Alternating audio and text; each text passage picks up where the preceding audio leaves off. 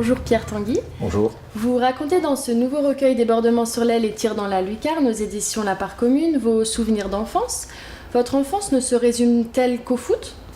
Oh, pas du tout, mais le foot est quelque chose qui a été très important pour moi. Je ne sais pas d'où ça vient, c'est une question de transmission familiale, je pense. Mon père était, puisqu'on est à Rennes, un fanat du Stade Rennais. Et il m'a inoculé le virus du football et du Stade Rennais.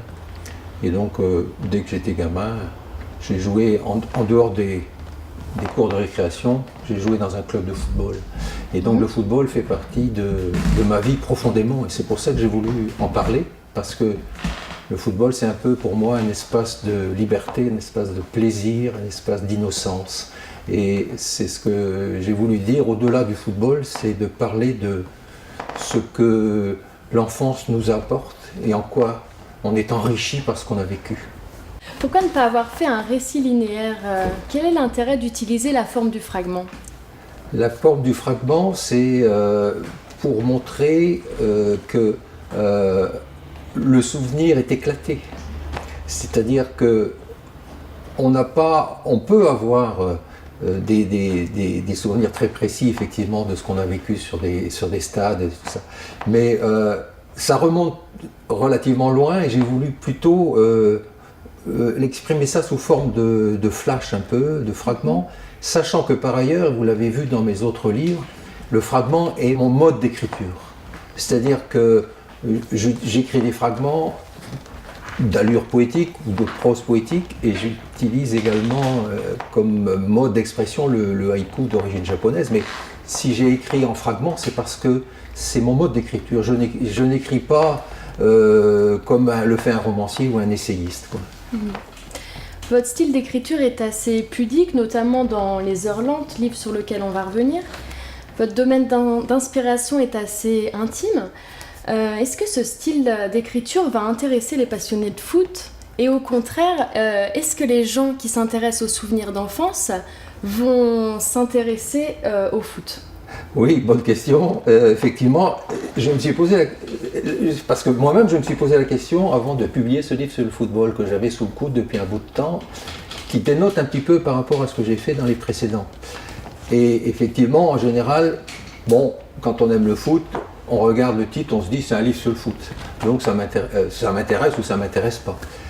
Mais en fait, ce que j'ai bien expliqué, et pour les gens qui prennent le livre en main, au dos de la couverture, c'est que ce livre n'est pas seulement un livre pour ceux qui aiment le football. Ce que je voulais, c'était vraiment montrer l'émotion que m'a suscité ce sport et le plaisir qu'il a provoqué en moi, et en même temps que c'est un territoire d'enfance.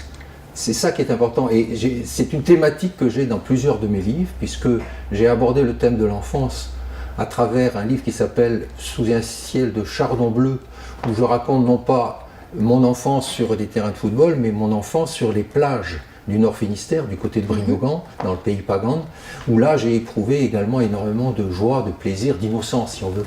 Donc pour moi, ce livre sur le foot, il y a toute une partie qui relève de l'enfance, ce qui ne m'a pas empêché, et c'est en cela qu'il sort un petit peu de mes livres précédents, d'évoquer sous forme un peu plus d'essai d'évoquer mon opinion sur le football actuel. Donc il y a une partie qui n'est pas strictement fragmentaire ou poétique. Justement, vous dites dans votre livre que les joueurs appliquent maintenant seulement les consignes défensives jusqu'à tuer leur plaisir de jouer, oui. Que les professionnels pensent plus à gagner de l'argent plutôt qu'à la passion du foot. Est-ce que vous êtes déçu de ce qui est devenu le foot aujourd'hui ? Très déçu, oui. Oh là là, énormément déçu. Parce que je pense que le foot, c'est un lieu d'abord de convivialité, c'est un lieu qui rassemble du monde, qui rassemble des gens autour d'un stade, toute génération, que c'est un lieu, ce qui est un peu vrai aujourd'hui encore, mais ce n'était plus vrai autrefois, et également qu'aujourd'hui, comme vous l'avez dit vous-même, on est dans un système commercial, d'un système business du football qui fait que la rentabilité compte avant tout. Moi, dans mon bouquin, ce que j'ai voulu à contrario, c'était bien de montrer que le football était d'abord un lieu de plaisir et d'innocence et de naïveté d'une certaine manière. Maintenant, on n'a plus le droit d'être naïf ou innocent pour un gamin. Je plains certains gamins qui sont coachés aujourd'hui par certains éducateurs. Je généralise pas, parce qu'il y a des éducateurs, notamment dans les quartiers populaires, qui sont magnifiques pour encadrer des jeunes, et ne serait-ce que pour leur donner des codes et des règles.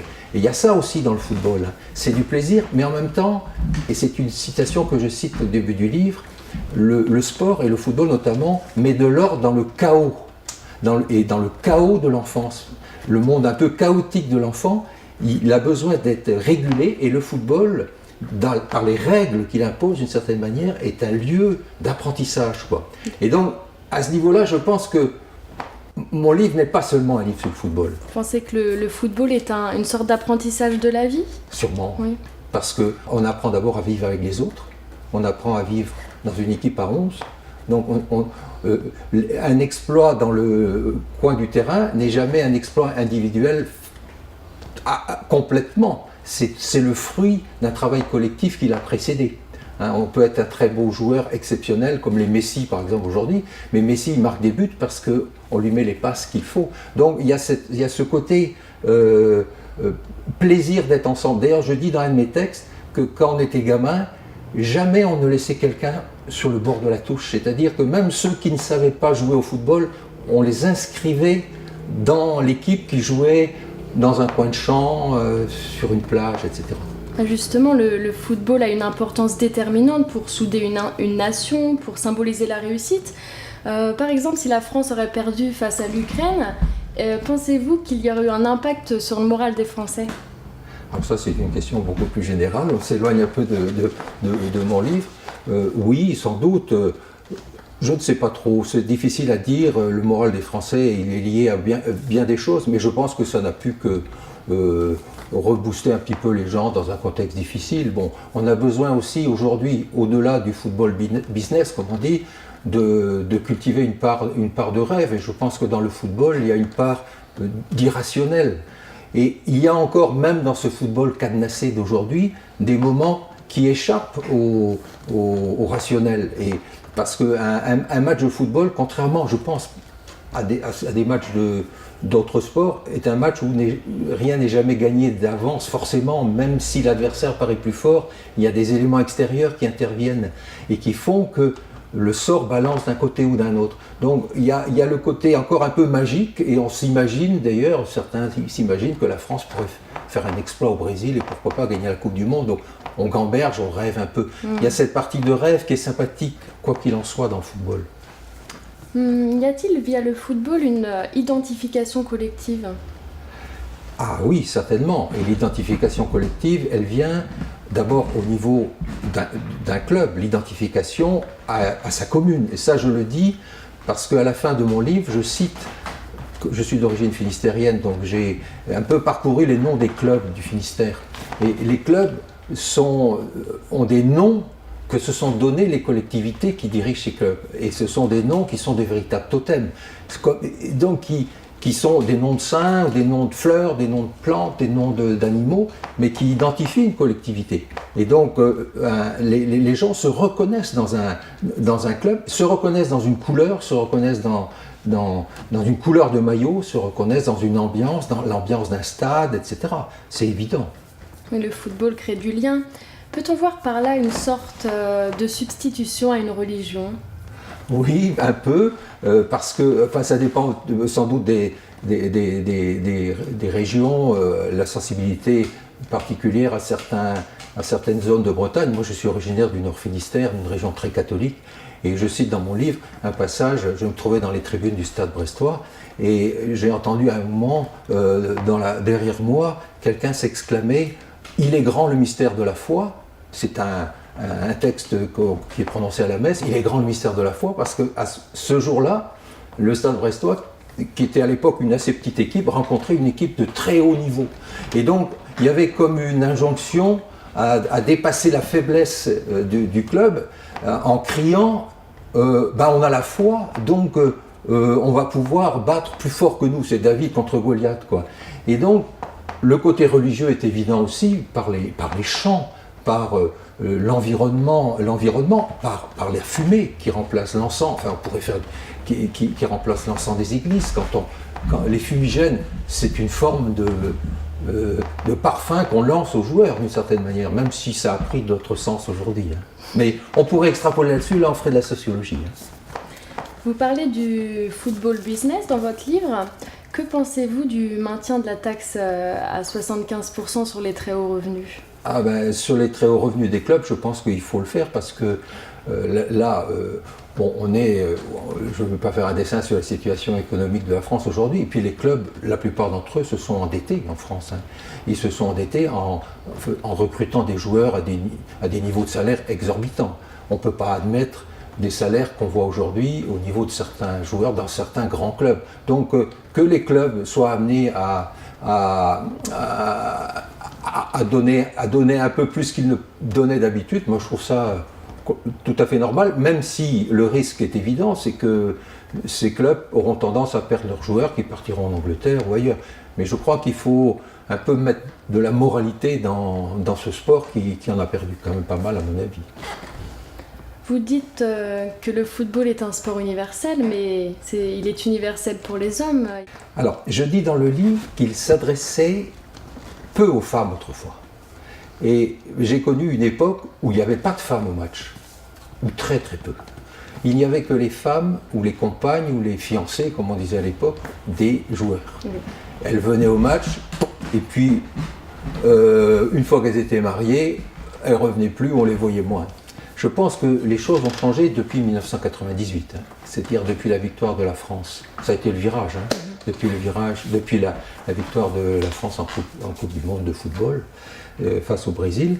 Donc là, je pense que le public féminin a commencé à être touché par le phénomène. Et là, il y a une autre chose que j'ai remarqué, et ça c'est le cas en Bretagne, c'est vrai à Rennes, mais ça l'est beaucoup plus vrai par exemple à Guingamp, ou dans des plus petites communes, où le club s'identifie totalement à la ville, ou à son environnement sociologique. Ce qui fait que, par exemple, à Guingamp, il y a comparativement, je le pense, beaucoup plus de femmes à venir au match qu'il n'y en a à Rennes. Parce que là, c'est toute une collectivité, on en parlait tout à l'heure, une communauté qui se retrouve, y compris les femmes. Et c'est quand même frappant de voir que les femmes s'intéressent au football maintenant. Et puis alors, autre phénomène, qui est annexe un peu, c'est le développement du football féminin. Le football féminin que personnellement j'admire beaucoup, que j'aime beaucoup. J'aime autant regarder aujourd'hui un match de foot féminin que certains matchs de football professionnel de Ligue 1. Parce que dans le football féminin d'aujourd'hui, on retrouve les valeurs qu'il y avait autrefois, c'est-à-dire générosité, pas de violence, et également cette façon qu'ont les filles qui me touche beaucoup, de se congratuler après un match, après un but. Alors que chez les hommes, quand ils ont marqué un but, c'est eux qui ont marqué le but. Et ils viennent saluer le public et montrer « je suis le meilleur ». Mais regardez les filles, quand elles ont marqué un but, elles se retournent vers leurs copines et elles vont embrasser leurs copines. Et ça me plaît beaucoup. En quoi ce livre s'inscrit dans la continuité de votre œuvre ?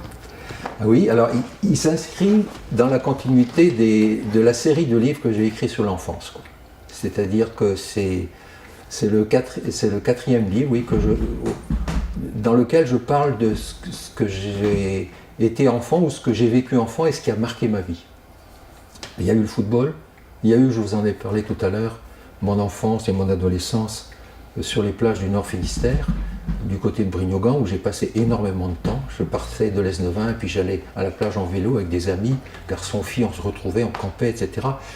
Ou plus petit, quand on était plus petit, c'était la pêche dans les mares, dans les pêches aux crevettes, etc. Donc ça, j'ai écrit un livre là-dessus qui s'appelle « Sous un ciel de chardon bleu ».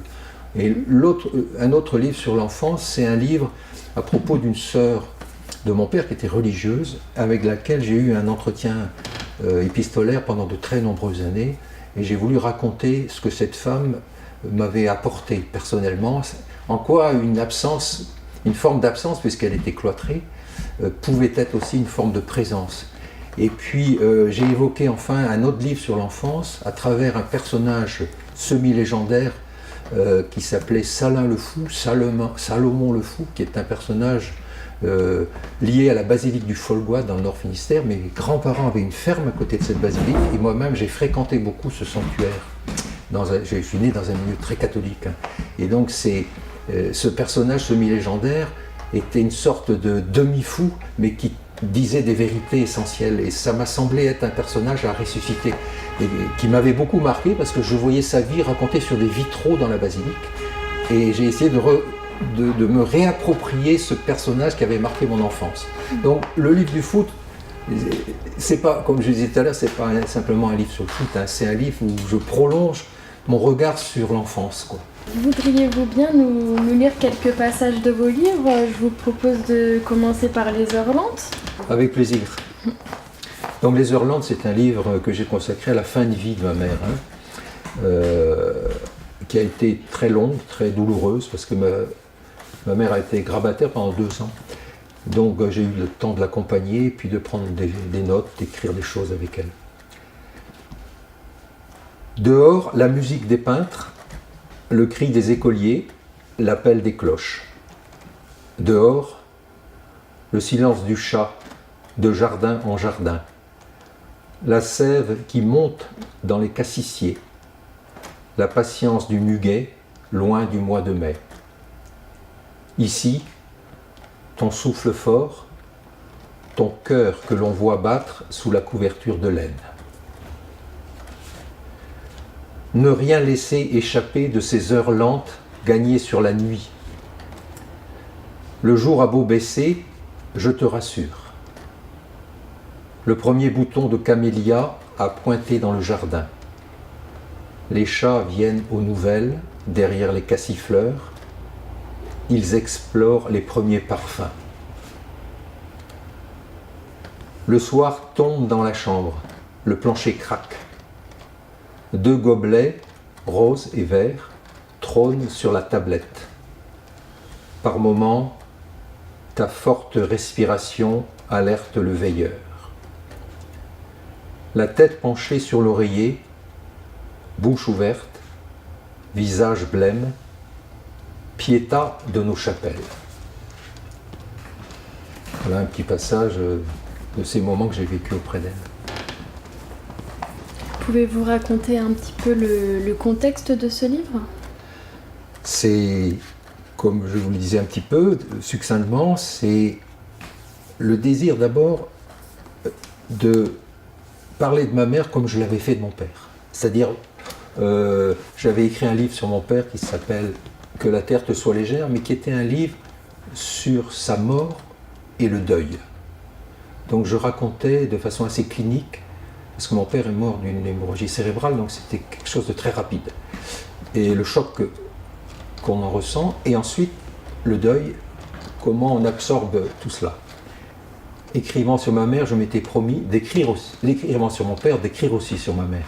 Et donc ma mère, j'ai abordé le sujet autrement, puisque ce n'est pas sa mort que j'ai évoqué, c'est sa fin de vie. C'est-à-dire, je voulais aborder le sujet autrement, puisque pour ma mère, ça a duré, comme 2 ans très durs, quoi, à domicile, au lit, etc., dans des conditions assez douloureuses.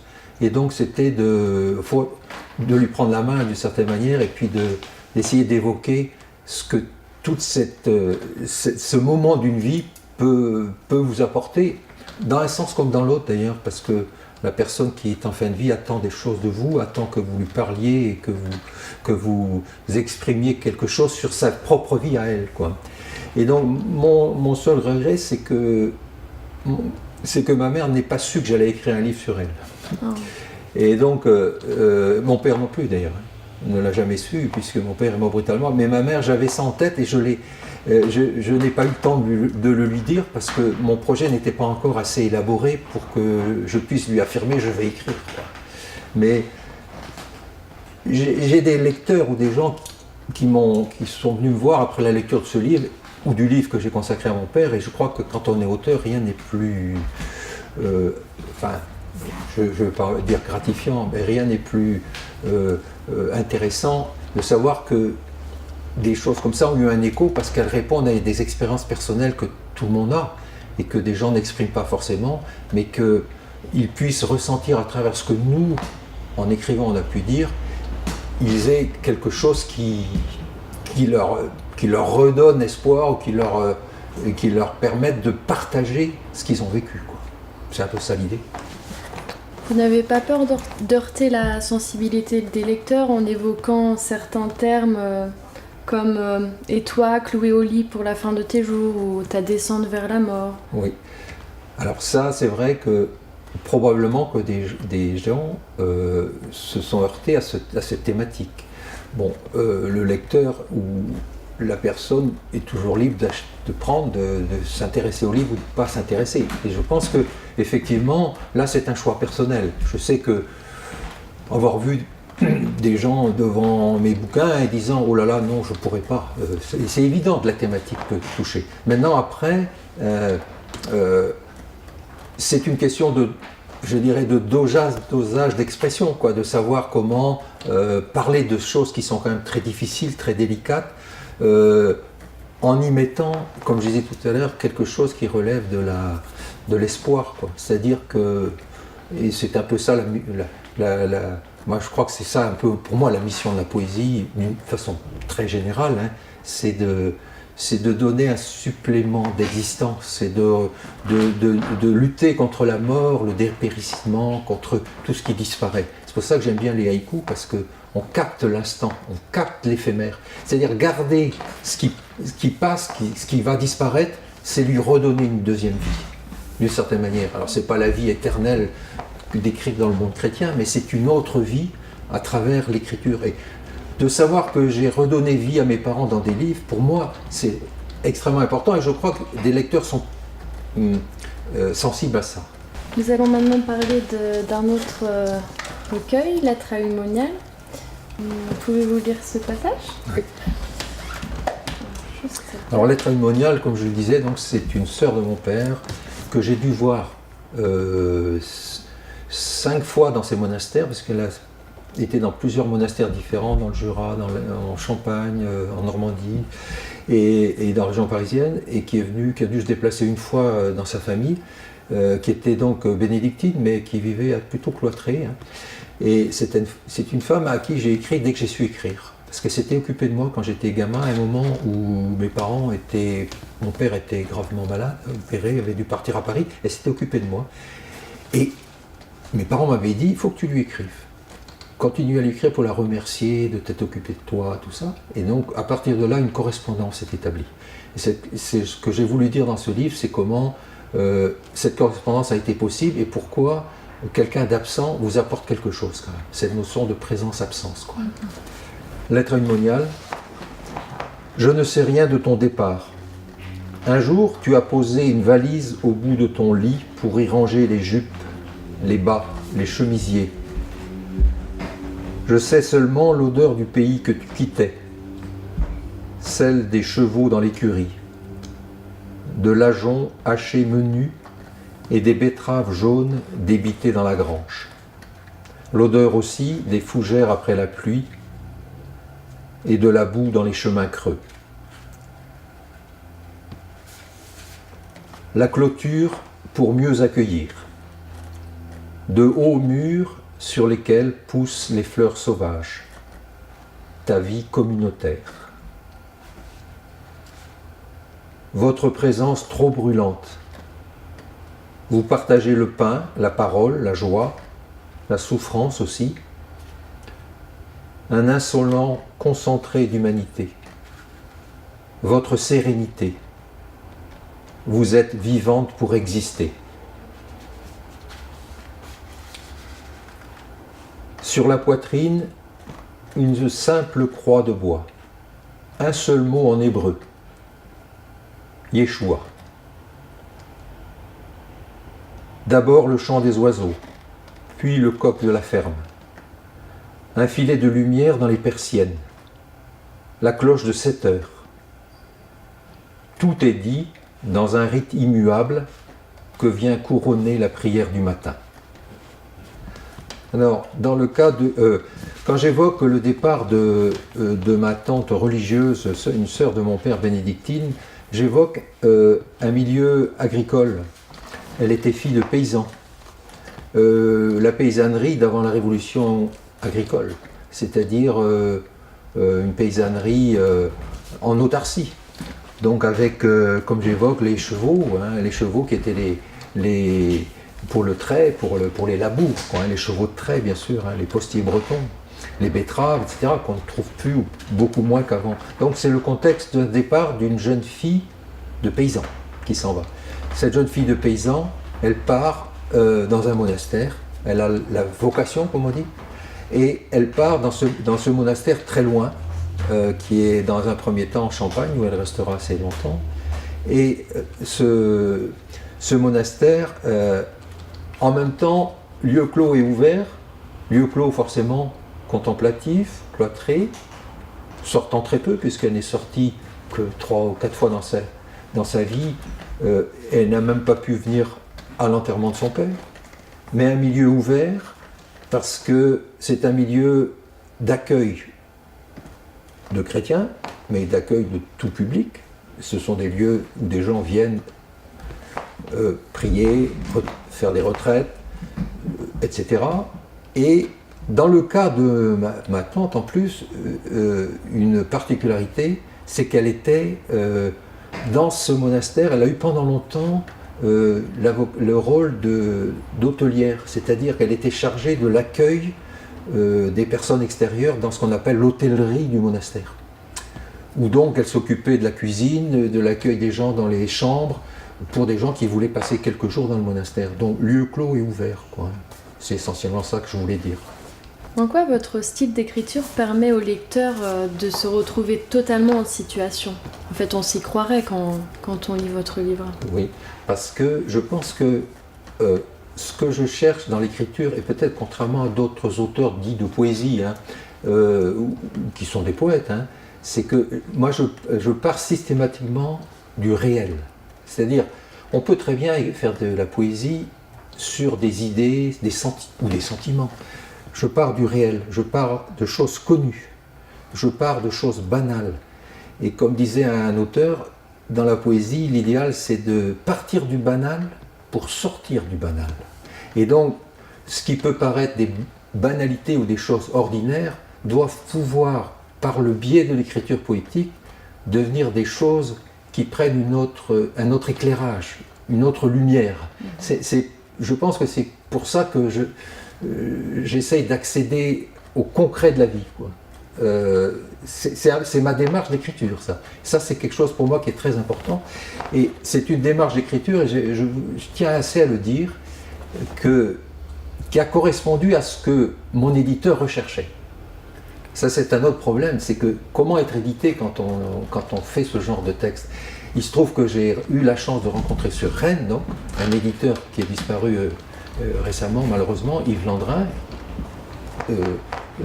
qui a fondé la Part Commune et qui était, lui, dans la recherche de ce qu'ils appellent une matière poétique dans les textes. C'est-à-dire que pour lui, la poésie pouvait s'exprimer dans le roman, comme dans l'essai, comme dans des poèmes, mais en partant toujours de choses, en partant du réel, quoi, de ce qui était, de ce que les gens savaient ou connaissaient. Ça me semble très important.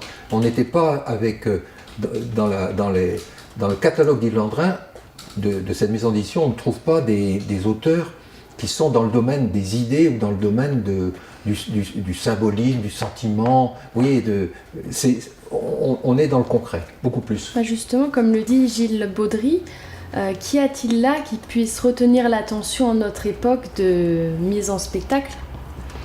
Dans ce que j'écris? Oui. Oui, Gilles Baudry est un moine de Landévennec qui a postfacé plutôt un de mes livres, et effectivement, qui a écrit lui-même des choses sur l'ordinaire des jours, comme il dit, sur la banalité de sa vie de moine et de ce qui l'entoure. Et donc, il faut extraire de ce qui est commun quelque chose qui puisse éclairer notre vie d'une certaine manière et lui donner une autre envergure. C'est ça l'objet de la poésie, à mon avis. C'est pas de brasser des grands sentiments ou de grandes idées, c'est de donner à la vie quotidienne une auréole qu'elle n'a pas, ou d'essayer de trouver dans la vie des pépites. Il y a une phrase d'un poète allemand, Novalis, qui me plaît beaucoup et qui a été repris, qui est un peu le fil conducteur d'autres poètes que j'aime d'ailleurs, qui est celle-ci. La phrase de Novalis, c'est « Le paradis », c'est une phrase qui est très importante pour moi. « Le paradis est dispersé sur toute la terre et nous ne le voyons pas. Il faut en discerner les traits épars. Il faut essayer de trouver dans le quotidien ou dans la nature ce qui relève du paradis, c'est-à-dire d'une certaine manière d'un monde idéal ou d'un monde dont on rêve, quoi. Et d'un monde mieux et meilleur, surtout meilleur que le monde dans lequel on vit, qui est un monde dur. Partir du réel, c'est ce qu'on fait dans le haïku japonais. Le haïku japonais, dont je me suis beaucoup inspiré, qui est un mode d'écriture très axé sur le concret, sur la vie réelle, sur la nature. Ce haïku japonais, moi je l'ai un peu récupéré à ma manière à travers mon environnement breton, et notamment ici dans le pays de Rennes. Alors j'ai écrit dans un livre qui s'appelle Haïku du chemin en Bretagne intérieure, c'est quelques petits tercets, puisque le haïku c'est un tercet, c'est 3 vers, avec normalement à l'intérieur une petite respiration. Donc il y aura une petite respiration dans chacun des tercets. Poussé par le vent, l'odeur des grillades traverse l'étang. Sur la page de mon carnet, ouvert dans l'herbe, une fourmi bien affolée. Au flâneur, le rosier de Penzance offre son cœur blanc. Pissant dans le lierre, j'ai fait bondir les petits moucherons. Même le pêcheur ventru a ôté son maillot de corps. Canicule. Il jongle devant son enfant avec un ballon jaune. Papa fait le beau. Voilà des situations concrètes de la vie quotidienne qui s'expriment dans des vers ou dans des petits poèmes. Et bon, après on peut dire, est-ce que c'est de la poésie, pas de la poésie? Ce sont des haïkus à la manière japonaise. Il y a quelque chose d'intuitif dans le haïku, quelque chose de non intellectuel, en fait tout comme l'instantané photographique. C'est tout à fait ça. Le haïku, c'est quelque chose de concret, il y a des mots concrets, il n'y a pas d'abstraction. C'est quelque chose qui relève du flash, et c'est quelque chose qui a un rapport avec la nature ou avec la saison. Et notamment, le haïku, normalement, là on a des haïkus d'été. Ils sont regroupés, d'ailleurs on reconnaît, les grillades, la canicule, c'est des haïkus d'été, parce que les Japonais, et moi j'ai repris cette méthode d'écriture, c'est de raconter le monde à travers les saisons, ou la vie à travers les saisons. Et donc, printemps, été, etc. Donc il y a une thématique saisonnière, et même les Japonais utilisent des mots particuliers pour chaque saison. Mais l'idée du haïku, c'est montrer que quelque chose de banal, je reviens à ce que je disais tout à l'heure, partir du banal pour sortir du banal. C'est-à-dire que quand un haïku est réussi, normalement, il doit aller au-delà de ce qu'on entend, c'est-à-dire il doit provoquer un écho. Un écho chez le lecteur. C'est comme le caillou, si vous voulez, qu'on balance dans une mare. Et ce qui est intéressant, c'est pas le point d'impact, c'est l'onde que fait sur l'eau la chute du caillou. Et donc c'est cette espèce d'écho que doit susciter un haïku. Alors, si le haïku m'intéresse, c'est parce que, et on est pas mal d'auteurs bretons à s'intéresser au haïku, c'est parce que le haïku, je trouve, correspond à notre sensibilité bretonne, qui est une sensibilité à la nature, au passage des saisons, à la nostalgie un peu du temps qui passe, etc. Et surtout, dans la poésie, quand on regarde bien la poésie bretonne, ou la poésie d'expression bretonne notamment, il n'y a pas de mot abstrait dans la langue bretonne. Et donc, il y a ce côté très très concret du haïku que l'on retrouve dans certains poèmes qui ne sont pas forcément des haïkus, mais qui sont des poèmes bretons. Et moi, je me revendique de cette filiation un peu, vous voyez, d'une poésie ancrée dans le réel, concrète, mais qui éveille un écho chez des gens au-delà de ce qu'on voit. Et on est quelques-uns à travailler ou à écrire sur ce mode. Le haïku n'a pas une vocation philosophique ou métaphysique ou autre, simplement le grand mystère du haïku, c'est d'arriver à mettre en rapport des contraires. C'est ça qui est étonnant. C'est-à-dire que de mettre en rapport la lumière et l'obscurité, de mettre en rapport l'infiniment grand et l'infiniment petit, de mettre en rapport le haut et le bas, l'obscur et le lumineux, Hein, je n'ai pas de mémoire le texte exact de haïku que j'ai écrit un jour sur coccinelle sur la flanelle de mon pantalon. Quel long voyage sur mon vélo. Vous voyez cette idée que d'une coccinelle qui est là, que j'aperçois en pédalant. Et la coccinelle qui fait quoi je ne sais pas moi, qui s'envole un peu, mais qui fait quelques petits mètres dans le jardin ou quelques centimètres, tout d'un coup a fait des kilomètres. Cette espèce de mystère, cet étonnement devant la vie, devant ce qui est un peu inattendu ou qui sort de l'ordinaire finalement, parce que je promène une coccinelle. Alors, on peut s'arrêter là et dire, bon, après tout, quel intérêt de raconter ça? Pourquoi? Mais je crois que c'est voir que, là encore, que au-delà d'un fait banal, il y a quelque chose d'inédit ou d'extraordinaire qui se passe malgré tout, quoi. Lecture achevée, livre refermé. Il reste flotter dans l'air quelque chose comme le plaisir d'avoir vécu avec l'auteur les sensations éphémères et intenses qui font le bonheur toujours renouvelé de vivre le monde en battant la campagne. Alain Kerverne. Je suis personnellement dans une poésie du réel, dans une poésie de la nature, dans une poésie de comment retrouver des sensations nouvelles dans une vie qui est dure, quoi, difficile, des sensations nouvelles au contact du monde extérieur ou dans un retour à l'enfance. C'est un peu ça. Merci beaucoup Pierre Tanguy. Merci à vous.